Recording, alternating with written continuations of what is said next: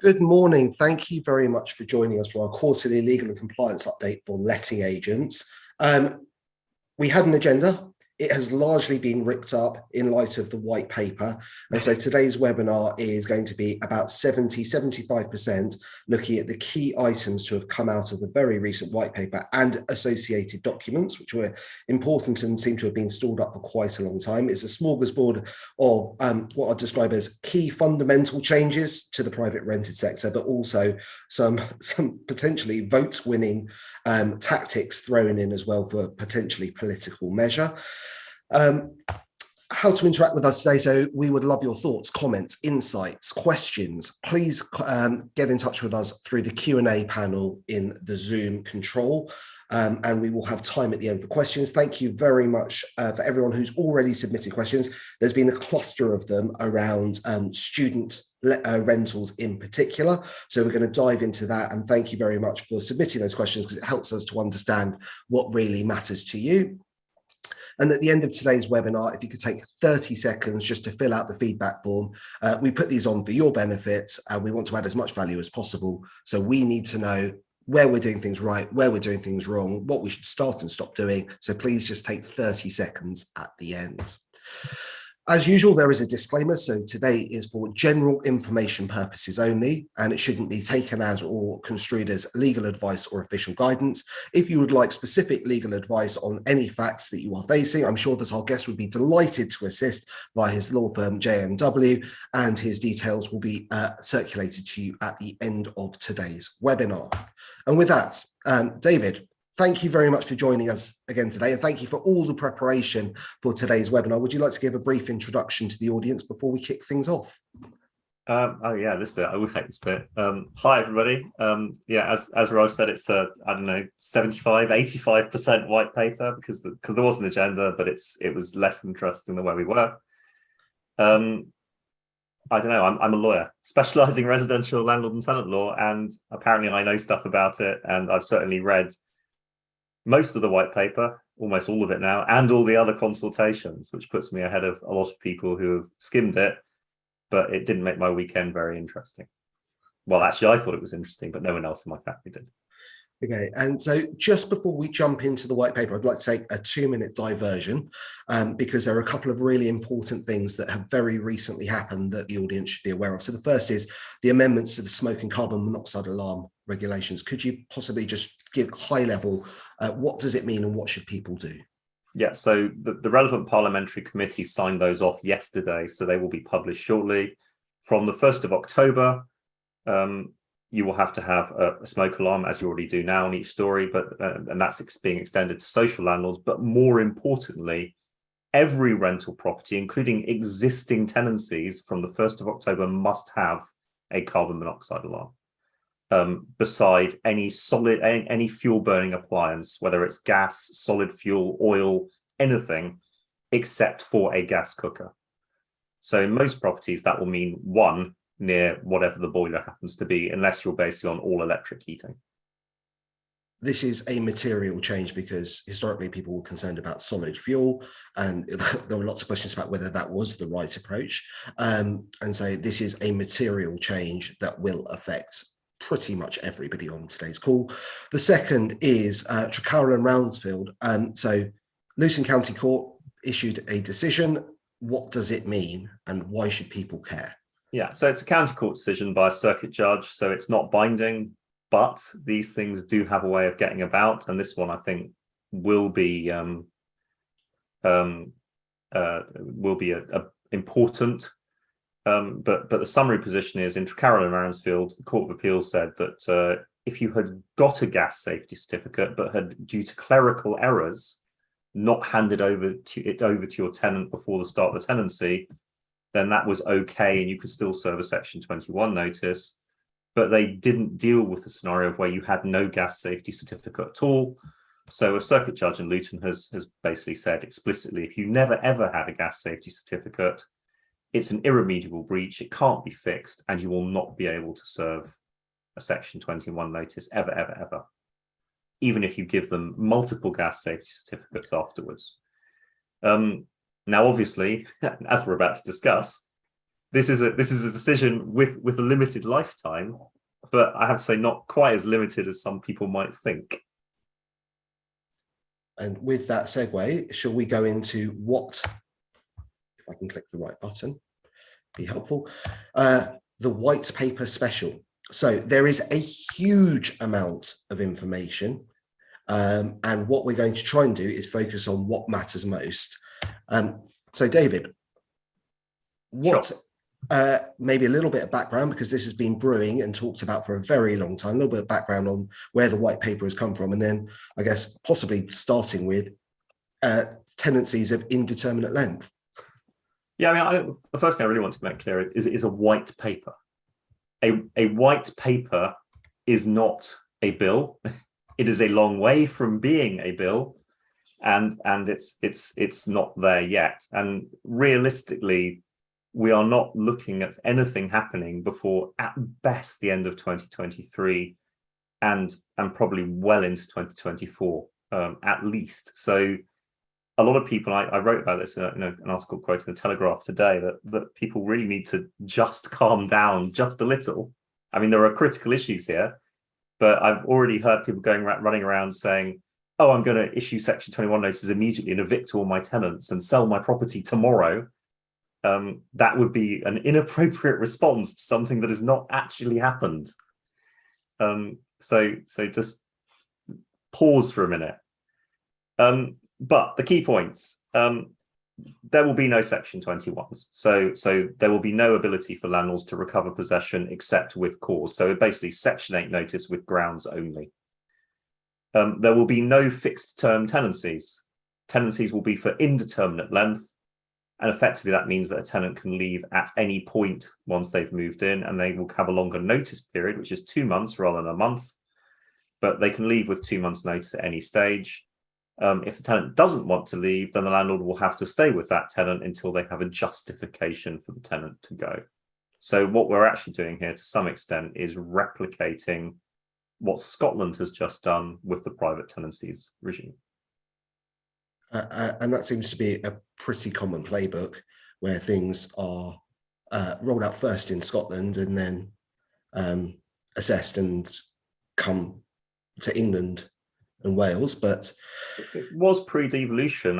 I was surprised by this because generally speaking, civil servants and politicians in Westminster nowadays don't like to be seen to be following the devolved regions, but in practice, there is increasingly a degree of cross-pollination in the civil service anyway, people moving back and forth. So ideas do tend to move around more now. So in circumstances where there are tenancies of indeterminate length, they continue until such time as a landlord has grounds, and we'll come back to grounds and possession in a moment, I think. And a tenant can end at any point with appropriate notice, so 2 months notice. What does that mean for the student sector? Well, this is actually quite an interesting point. So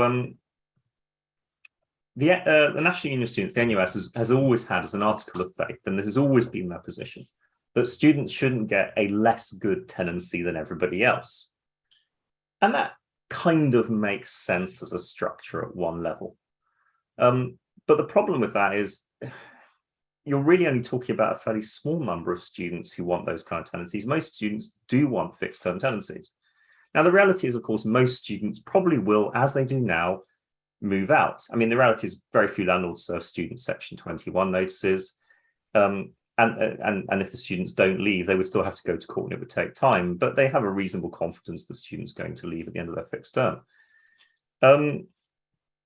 But the difficulty now is you won't be able to have that confidence. The student could, in principle, they could just say, well, actually, we just like this place and we're staying for a whole nother year because we can't be bothered to find anywhere else, or we haven't found anywhere else we like, so we're just staying, regardless of what you think. So landlords are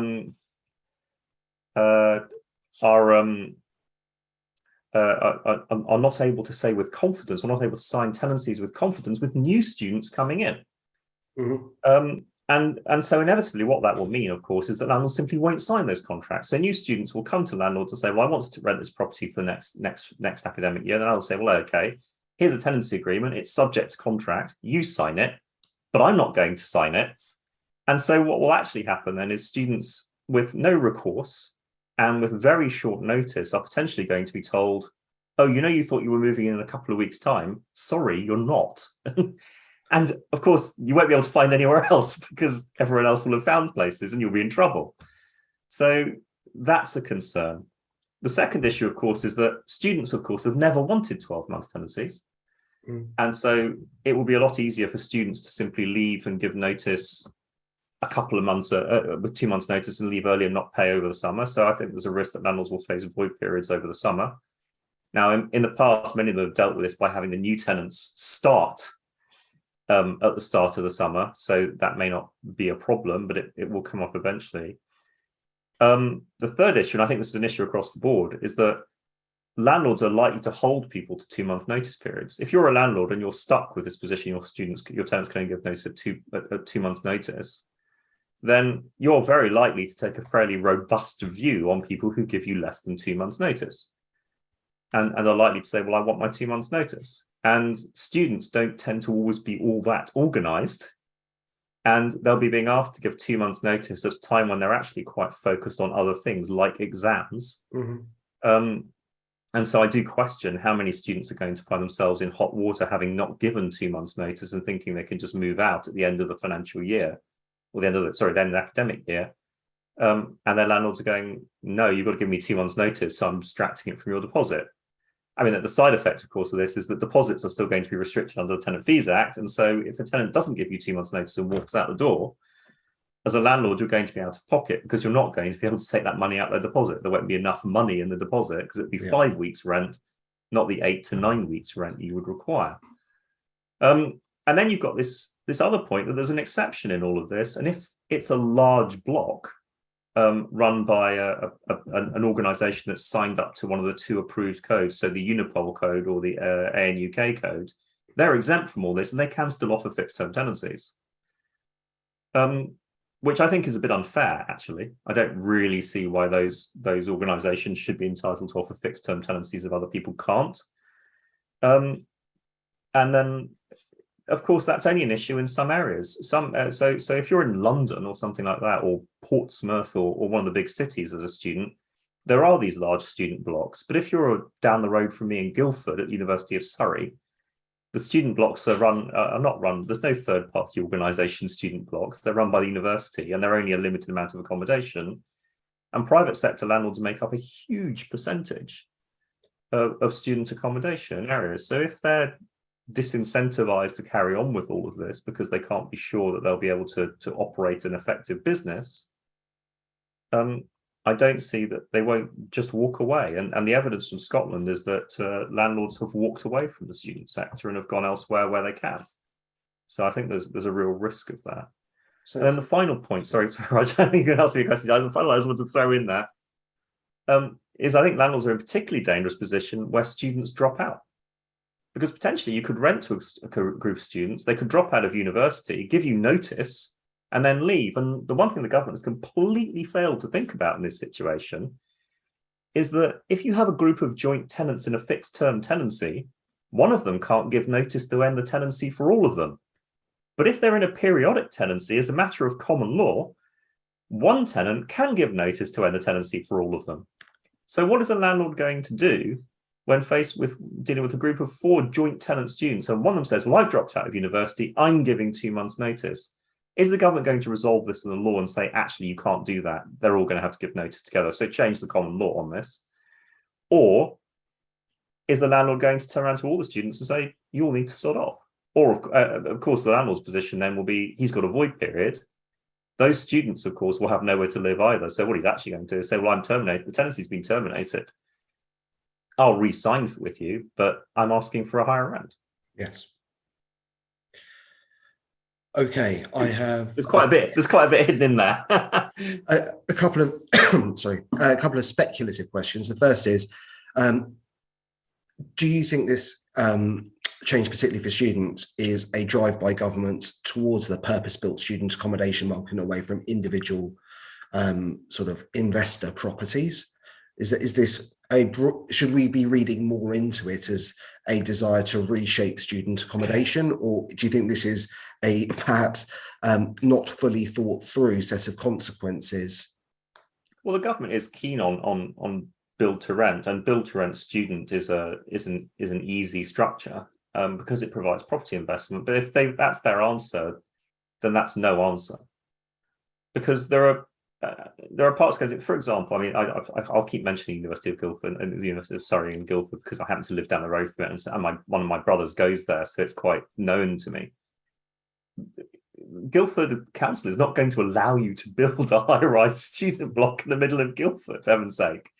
You can go and say the same. I'm sure there are people here, there are plenty of people watching this who will jump in cheerfully and talk about their local area. But there are, in the middle of Oxford, do you think Oxford City Council is going to let you stick up a high-rise student building in central Oxford? I mean, clearly they're not. And so high-rise student accommodation is generally more attractive to investors. One, where you're in an area with multiple universities, which is why it's so attractive in London and Birmingham and Manchester and Southampton, places that have got 4 or 5 universities, so you don't have to rely on one place. And then also, it's got to be an area where planning permission is going to allow for this, or where there is suitable or common building space that you can convert. So I don't think the government's really thought it out. There are substantial numbers of universities where this just won't work.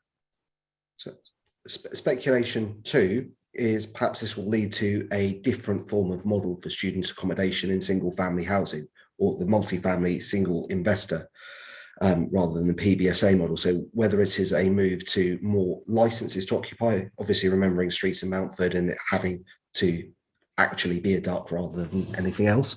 Well, I was going to come on to that in a bit.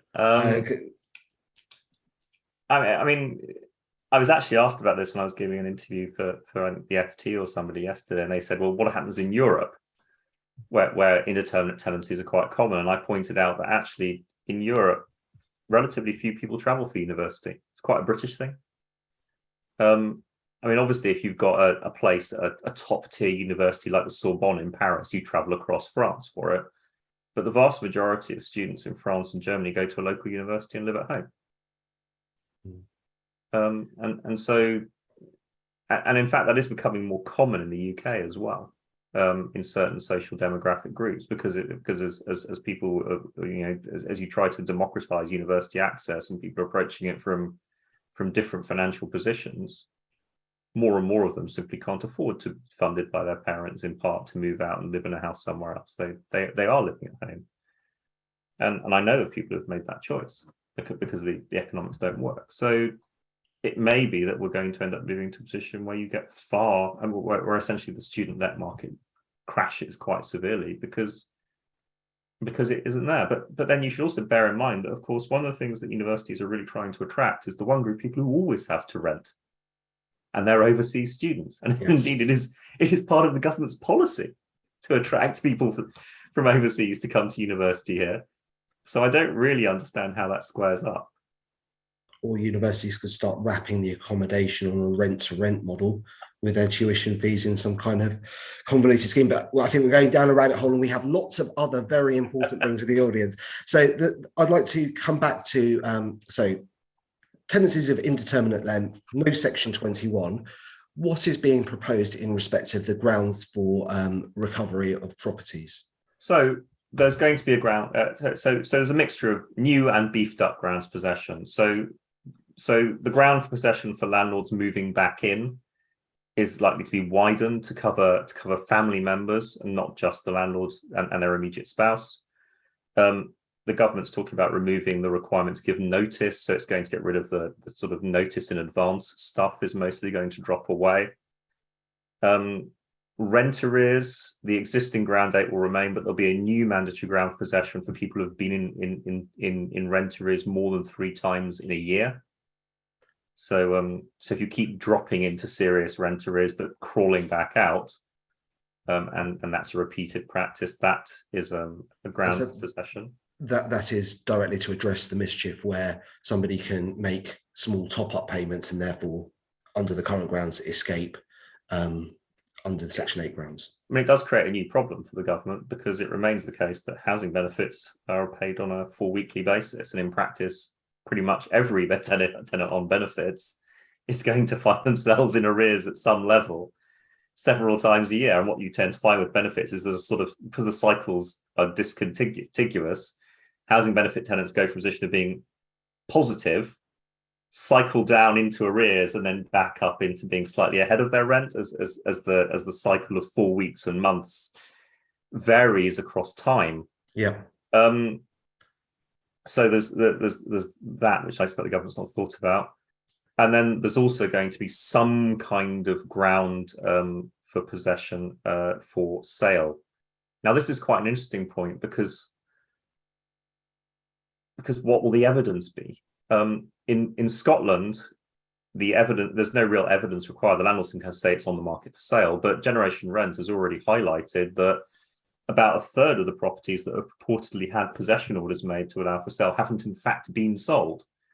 So either landlords are just being slow about selling, and the Scottish market is different, and the way property is sold in Scotland is different from here. So it is slower often. Or the landlords weren't telling the truth.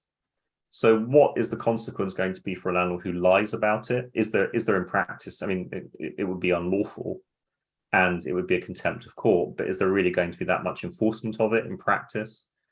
Or alternatively, you're going to actually require landlords to be signed up with an agent with their property marketed. But that would be even worse because you would then effectively have loads and loads of properties on portals that were up for sale, but were kind of ghost sales because the timeline for the sale would be months down the road because you're going to have to give tenants 2 months notice under this ground.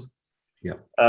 So you're talking about listing properties that are not even available to start much of the sales process for a couple of months, and you may not even be able to view. So they're almost ghost listing. And then also from an agent's perspective, it's really problematic because most estate agents have a 6 week to 12 week sole agency period. Mm-hmm. But if I'm getting a property and listing it with an agent in order to evict, but I won't be able to actually market it properly for around 8 to 10 weeks, then that agency's sole agency period is effectively going to disappear. So agents are going to have to completely rethink the way they operate their sole agency periods in their estate agency contracts. Yeah. Because effectively they'll be wasting their sole agency period, and of course wasting their money and paying for properties to be listed that are in fact duff listings, which is going to cause difficulty, and inevitably all that will happen is NTSE-LAT will come along and start saying, oh, you're listing properties that are ghost listed, and the agents will be like, no, we're not, these properties are up for sale, we just can't get into them yet. So you have this bizarre I'm not sure what the, so it depends what the evidence base is on that, and that one, it concerns me. The government has then said that they're going to improve ASB grounds. I honestly don't see how. The problem with ASB grounds is not that they're not effective, it's that it's really hard to get the evidence together. Sorry, ASB, antisocial behaviour.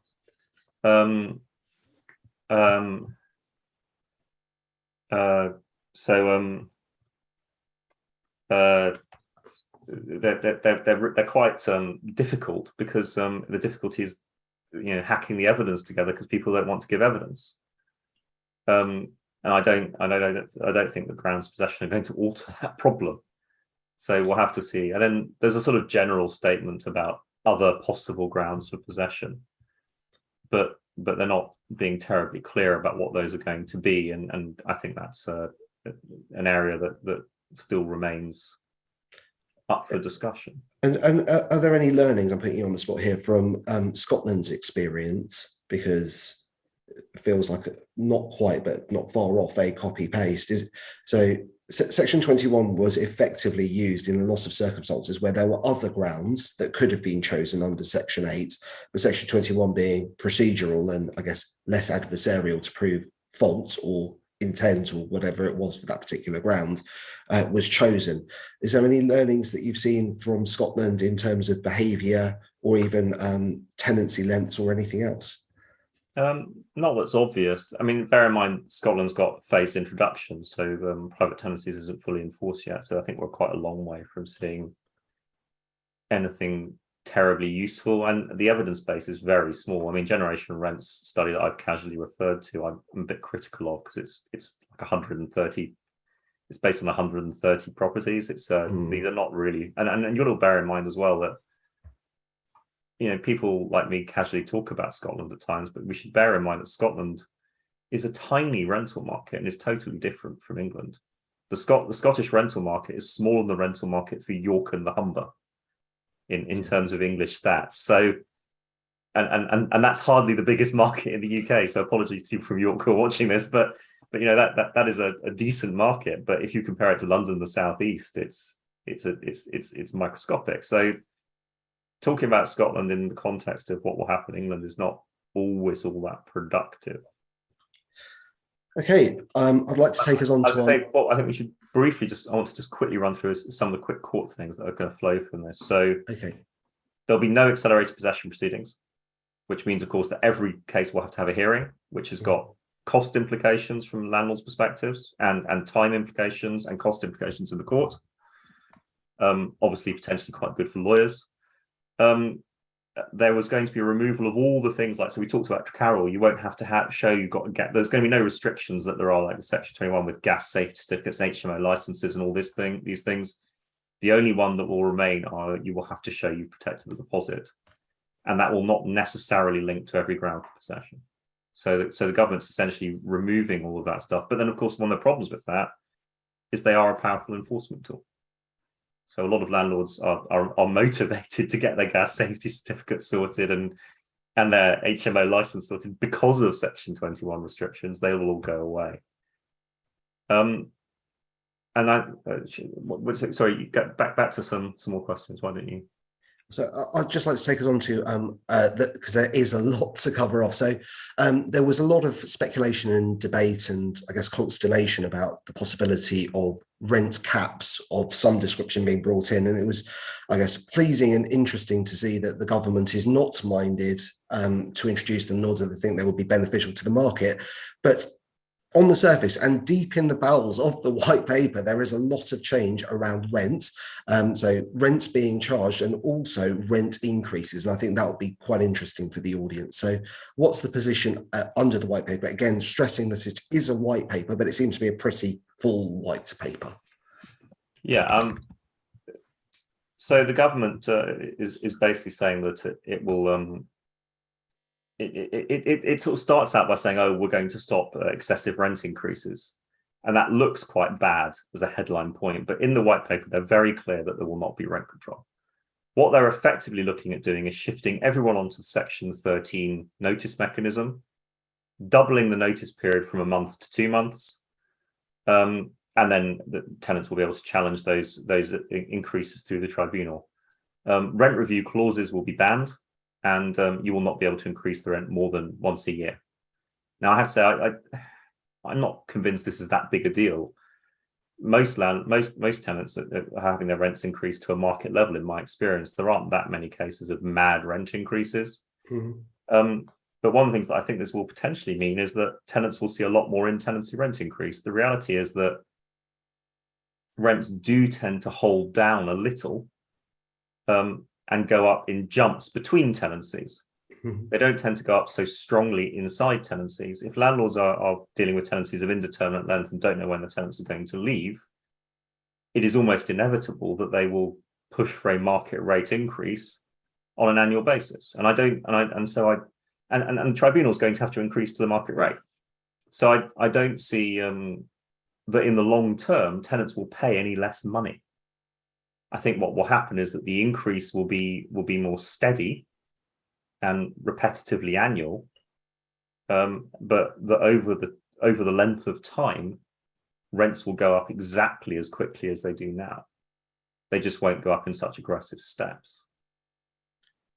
And there were some other changes in respect of rent and rent payments. So what are the key points? So the government has said that it's concerned about rent payable in advance. It's going to give itself powers to ban large rent in advance payments, so 6 months rent in advance, but it's intimated that it might not take them up initially.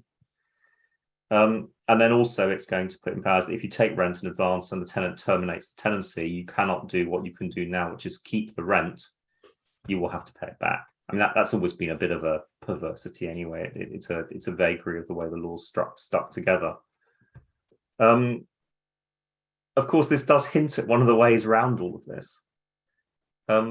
This stuff's only likely to apply to Housing Act 88 tenancies. So the reality is one of the ways to deal with all of this is to not have a Housing Act 88 tenancy. Now, that could be by way of a residential license, but taking into account the requirements of Street and Mountford.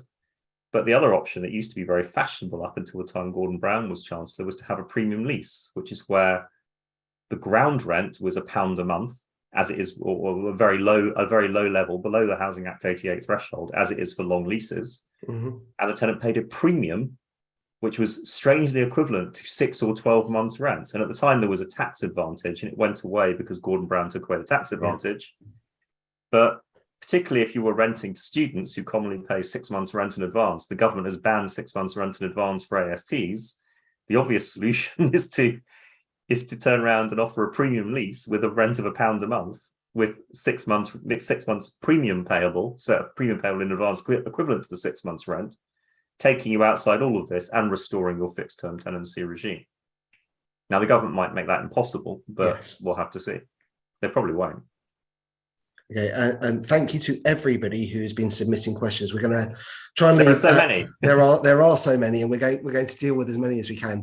I think it's worth talking about timing for the changes, and then perhaps some of the other key points before we come to the question. So, what is the expected timeline from where we are? So implementation. The first thing to be clear about is this is going to apply retrospectively. The government is intending to introduce this for existing tenancies in place, which they had said previously they wouldn't do. So it's kind of annoying. But what the government has said is the first thing to say is it's going to give us at least 6 months notice of this coming into effect for new tenancies. So I think it will come into effect for new and renewed tenancies on 6 months notice. The government has said it will then give a further 12 months notice before it comes into effect for existing tenancies. Now, I suspect in practice it will be longer than that, but they've said that they will offer a minimum of 12 months. So in terms of timeline, you are really not looking at a bill. I mean, there's been a suggestion the bill will appear by October. That means before Parliament by October. That probably means it's passed through Parliament by the middle of 2023, comes into effect for new tenancies at best end 2023, assuming that there are no elections, another weirdness in Parliament. Raj and I were talking about this before we started. Let's not go there. No. Which means that for existing tenancies, earliest possible implementation time is somewhere around the end of 2024. And are there any, before we come to what I'm going to describe as the headline vote winners for a potential election, are there any other key changes that you would like to talk through before we come to the bucket of headlines? Well, I mean, the other thing that I think is there are two things I want to mention. I mean, the first thing to bear in mind is that one of the dangers about this bill is it's what you might call an ensemble bill, if you'll excuse the movie reference. It's a grab bag of stuff. Now, the danger with those kind of bills is they're very, very amenable to other stuff. And for example, there is form on this. Remember the Housing Act 2004 and tenancy deposit protection. That was actually introduced not in the Commons, not even in the Lords, but at the very last day before the report stage in the House of Lords. So the danger with this kind of bill is that new stuff will appear unexpectedly at the last possible moment. And so with that in mind, and recognizing that you are a lawyer rather than a communications expert, how might the members of the audience who are professional letting agents, property managers, or in agency more generally, how might they be able to start communicating with and educating their clients on the changes that are coming, that may update over time, in a way that doesn't lead to what I just might describe as hysteria or panic, because this is a long way away and nothing is really settled? Well, quite a lot has been written about it. I mean, the Telegraph has written articles, and so have other major papers, which have been quoted in. And my immediate quote is always, "Don't rush." But there is material being produced by myself, by other lawyers, by Property Mark, by by Fixflo, by lots of people, and that's all generally written to be accessible to any reasonably competent, intelligent individual. So I would start picking out good sources and directing your clients towards them. And if somebody wants to track this as it goes through, should they be looking at the DLUC website as well as those sources, do you think? I mean, DLUC provides an email-based weekly property updater. If you don't sign up to it, you should. It's not always very good, but it will tell you where they are. And obviously, once a parliamentary bill starts, you can track it on the Parliament website, and you can set up an alert tool for it to actually alert you as it drops through each stage. And I'm going to get the acronyms wrong. I apologize. So DLUC is what we previously knew as MHCLG, and is the Department for Levelling Up Housing and Communities. Thank you very much. Right. There were two other things that I thought were just worth mentioning that I think are important. The property portal. It's not a landlord register according to DLUC, but it kind of is, because it's compulsory to join it. And if you don't join it, they can fine you for doing so. So it's intended to register properties rather than landlords, but I honestly can't see the difference. Mm-hmm. So I think that's quite a big deal. It's also likely that the rogue landlord data from the rogue landlord register is going to be on there, and the government's also looking quite obviously at some variant of property MOT Yes, being done to us. But they also see it as a single portal for information, and they've suggested they're going to think about getting a single local authority to run it, as opposed to all local authorities. And the thing that I think is potentially possible here, and I think they might be hinting at, is a single application process for HMO and selective licensing, so that we get away from this somewhat cottage industry approach and everyone doing their own thing, and various questionably run websites by different local authorities, and have a single portal, which would be actually a bit of a boon, I think. The other thing is enforcement is a huge part of this. So they're looking at making all local authorities put everything onto the rogue landlord database, as opposed to making it optional. All civil penalties will go on the database as standard. More civil penalties, higher fines, minimum fine levels, and some kind of national framework. So greater consistency between local authorities, but more money. There's a typical Conservative Party assault on courts and lawyers by saying that tribunals make arbitrary reductions in penalties. I'm not sure they do, because the penalties are kind of arbitrary in my experience to begin with. But they're trying to prevent that happening. Although rather bizarrely, the government then goes on to say that these powers are to build on selective licensing, because I kind of took the view that if you had a portal, you would know where all your properties were. Mm-hmm. And therefore, one of the great reasons for the selective licensing is removed.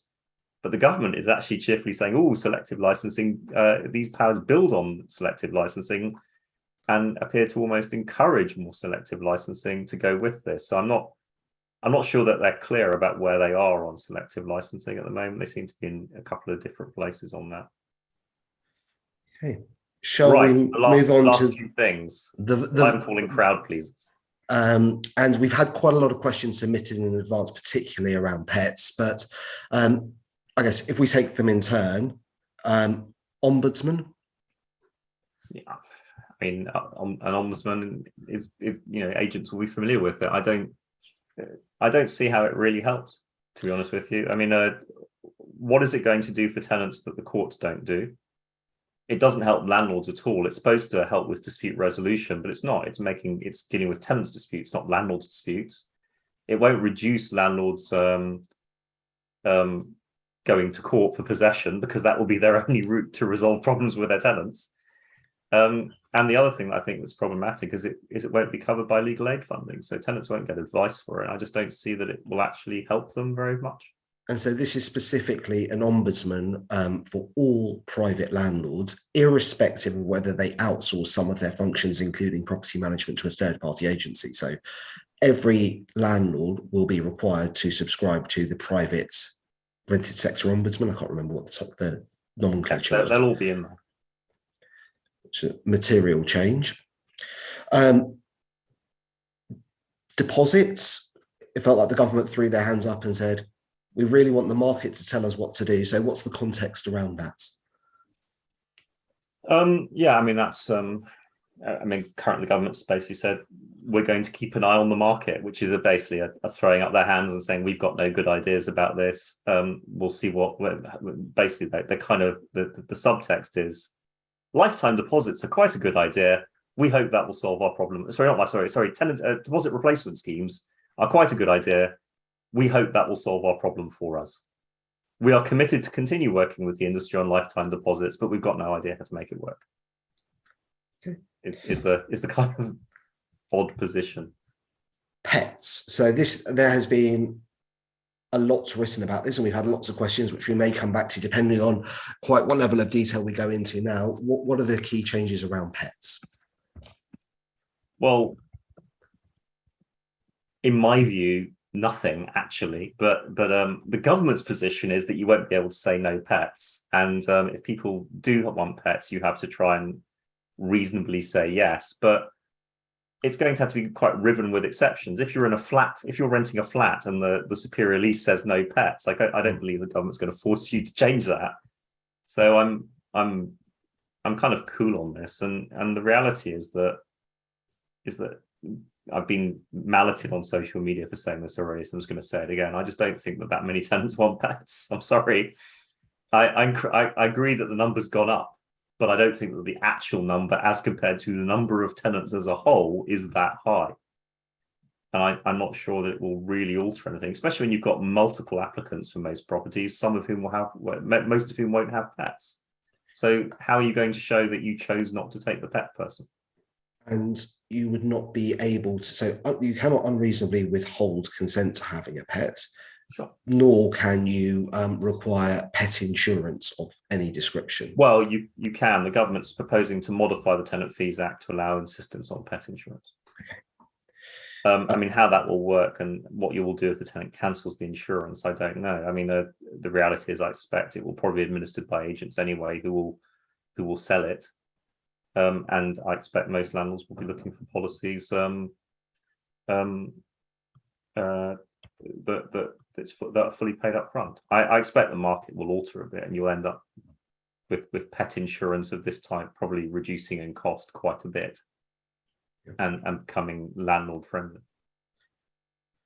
Children, benefits, property marketing. What's your take? So you won't be able to say no kids, but again, I'm not convinced there are many landlords saying no children in my property, and it doesn't make properties that are unsuitable for children magically suitable for children. If you're renting a one-bed flat and someone's there with children, then of course you can't have children in it. It's not going to work.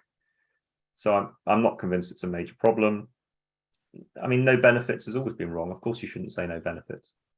And legislating that won't make it more right or wrong. But the reality is it won't make any difference, because people will just do what they should be doing now, which is, you can't afford this property. If I'm on benefits, I can't get a mortgage. And the reason for that is the mortgage test is, what's your income excluding benefits?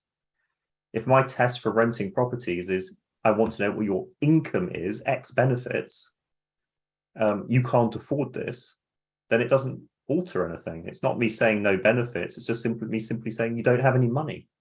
It's obviously not the same thing at all. And the government's not proposing to change that. So the problem really with the no benefits thing is that people have been asking the wrong question. Not that the law's wrong. And we have a very large number of questions. So is there anything else that you'd like to cover off, or should we start diving through the questions? Let's try and do some questions, because anything I haven't covered then is likely to pop up in the question. Okay, so my colleague to type a few answers along the way when you were saying too much. Oh, sorry. So my colleague Remy has done a phenomenal job in grouping the questions. So hopefully we'll be able to give some answers that are generally valuable. If every tenancy is periodic, and tenants can leave after a set period. They can choose to leave. Can you charge relet fees to tenants for leaving early, and the cost of the landlord for reletting? No, because they won't be leaving early. There'll be no fixed term. They'll be giving you. They'll be giving you 2 months' notice. If they don't give you 2 months' notice, you can of course charge the rent for the 2 months. Is there scope for tenants and landlords to voluntarily choose to enter into a fixed term tenancy, thereby stepping out other than through use of the lease premium mechanism? Can people opt out of that? I'd be gobsmacked if that was possible, because that would be that there would be no point in having the legislation, because then landlords would just carry on as now. At the moment, under a fixed term tenancy, tenants have visibility of when the landlord may be able to serve notice, for example, for selling. So they've got certainty or security of tenure for a period of time. Is the implication of this that at any point during the tenancy, the landlord may be able to serve the Section 8 equivalent, whatever it ends up being, so tenants end up with less security? Or is there still going to be a 6-month period at start by notice? That's certainly a possibility. There is a possibility that landlords won't be able to give notice in the first 6 months for some of these grounds. So you won't be able to give notice. You won't be able to let the tenant move in and immediately say, sorry, I'm selling. You'll have to give them at least 6 months of the property. But we'll have to wait and look at the detail of the text of the bill before we can talk about those kind of detailed questions, I'm afraid. Is an implication of this that the indeterminate, I think the answer is yes, but we'll go through it. So does this apply from the start? So a landlord could go through the expense of setting up a tenancy, inventory, marketing, whatever it is, and then a tenant could serve notice on day one of the tenancy, say, assuming the 6-month period doesn't kick in, and be out after 2 months. Are at the moment, then yes, that is a risk that you will face. Okay. As things stand at the moment, I can't say that won't change. Section 8 repossession, or whatever section it ends up being, maybe a new section number, who knows? What happens if a landlord would like to move back into the property? What do they have to be able to evidence, whether it's for them or a family member? And I don't recall seeing anything about sort of what degree of separation would qualify for being a family member. These are detailed questions that I can't answer. Under the current rules, you simply have to demonstrate a settled intention to move back in, and it's mostly evidential. Whether the government, I doubt that the government's going to. It would be uncharacteristic for a common law based jurisdiction to write a detailed set of rules about what you have to show. It'd be a matter for the courts. The government has indicated that they will widen it to include more family members than merely yourself and your spouse. You mentioned that accelerated possession proceedings would go to, and just for clarity, does that mean if there were a notice provided under whatever the new Section 8 is, it would be subject to a hearing by the judge? Just a clarification on that. Yes, absolutely. So when I jokingly said good for lawyers, that will mean that there will be a lot more hearings. And the courts, I have no idea how the government seems to think the courts will cope with that kind of caseload, because they can't. They can't cope with the current caseload. Under the proposed possession grounds, is there anything which would allow a landlord to regain possession to refit, refurb and remarket if they were not intending to sell or to move them or a member of their family in? Okay, well, I mean, I've seen a number of questions like this. And courteously, these are silly questions because these grounds for possession already exist. There is no suggestion that the government will remove existing grounds for possession. So you can generally see that if a ground possession exists, if you don't know about those grounds possession, I suggest you look them up. But existing grounds possession that already exist are likely to continue to exist, one of which is refurbing. They are often quite restrictive. It is likely that some of those restrictions will be removed. We'll probably have to do another run through as more questions are coming in. we're also going to do a follow-up email with details of the Section 8 grounds as part of the follow-up email to everybody. So you'll get a primer on that, if hopefully that's useful to some of the people on the call.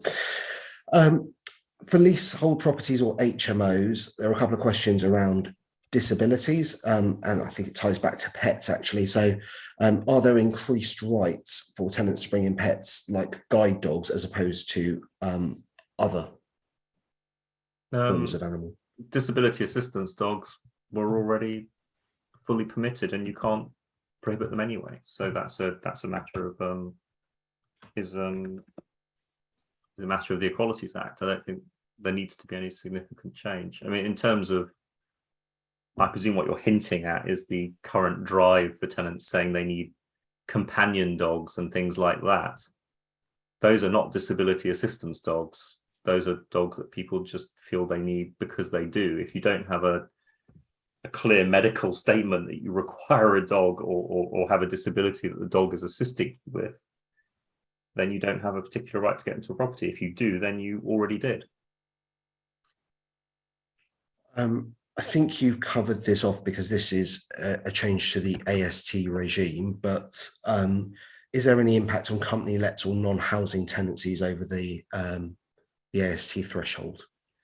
Well, the government doesn't mention this, partly because, frankly, they're completely blind to anything that falls outside the Housing Act 88. But my presumption is that company lets and high-value tenancies will continue largely untouched by this legislation, and that's why I have hinted at the fact that if your tenancy or you can arrange things such as your letting structure falls outside the 88 Act, this is not going to affect you. And one of the dangers of this is that people will drive that harder. There was a couple of cases towards the end of the rent tax where people created companies and required tenants to create fake companies in order to rent to them. And they weren't fake, they were real. And bear in mind, creating a company these days is a matter of 50 odd quid on the internet in an hour. Yeah. So it's relatively easy for landlords to turn around to tenants and say, make a company and I'll rent to you. But it'll be a company let for a fixed term. I guess a practical question, what do you think will be the impact on where tenants can't pass affordability on an income basis, but would be able to otherwise pay rent in advance? Are they going to be frozen out of the market, or requirements for guarantors, or have you thought about perhaps any of the practicalities, or is it too early to know how the market will respond?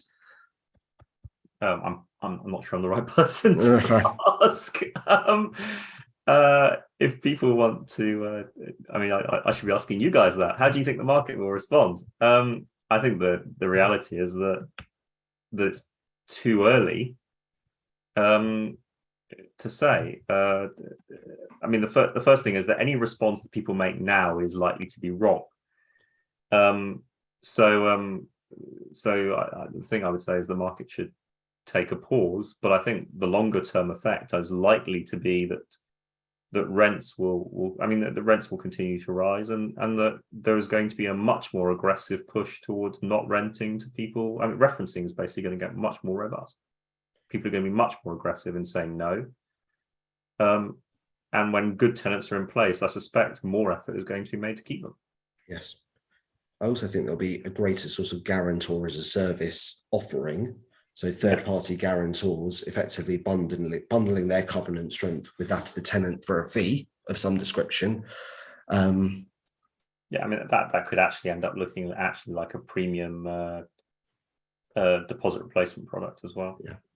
But I can certainly see much more energy being devoted to tenant love and general tenant service in order to try to retain good tenants on the longer term. I'm going to go to the next section. Sorry, the questions are still coming in, so I'm just trying to keep track. Carbon monoxide alarms. Do we need a carbon monoxide alarm if everything is electrically powered, i.e. there is no gas? And I would also extend that, say there is no gas and no solid fuel and no oil, then you wouldn't need a carbon monoxide alarm because there is nothing that would be capable of emitting, carbon monoxide. Yeah, if your property's all electric and you've already taken advantage of the electric heat pump stuff offered by the government, and you've taken your gas out, he says, showing off quietly, then yeah, you don't need a gas safety certificate and you won't need a COL. I think a question here was due to my poor enunciation. What is phase introduction? It's phased, so it will be brought in periods. Sorry, I should have spoken more clearly. Phase introduction sounds like something off the 18. Or a new tech business. A couple of speculative questions, but perhaps just reading them out or sort of summarising them, it basically feels like the government is trying to get rid of individual landlords and push for build to rent or purpose-built student accommodation. So institutional money in reshaping the sector. I think that's probably right. That's been stated policy now since Theresa May was in power, so at least 5 or 6 years.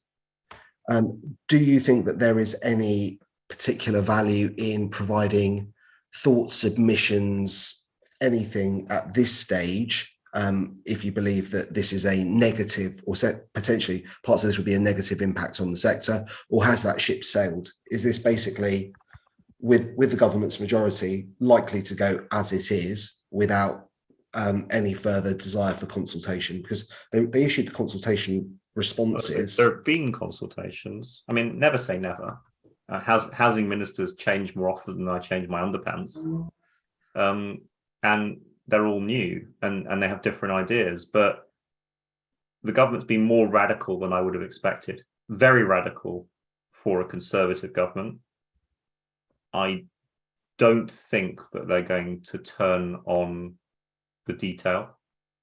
They on the headlines, they might change on some of the details, but you've also got to remember, I'm sorry to say, that England lags far behind the UK, never mind Europe, in terms of tenant security. And there's an argument that the Housing Act 88 simply led us down the wrong path. And it's kind of old, frankly. I mean, it's it's nearly as old as me. And so it was time for a review. The reality is that we lag far behind the level of security offered in any other European country. In fact, we lag behind the level of security offered in the United States of America in many areas. So I don't see it being rowed back. No. Okay, and a question was asked: was there any mention of anti-money laundering within the white paper? Now, I've read it a couple of times. I couldn't see any changes for AML, but did I miss anything, David? No, it wouldn't be in the white paper. It's run by a totally different department. There are ongoing AML discussions at the moment, but you need to look in the Home Office for that. Okay.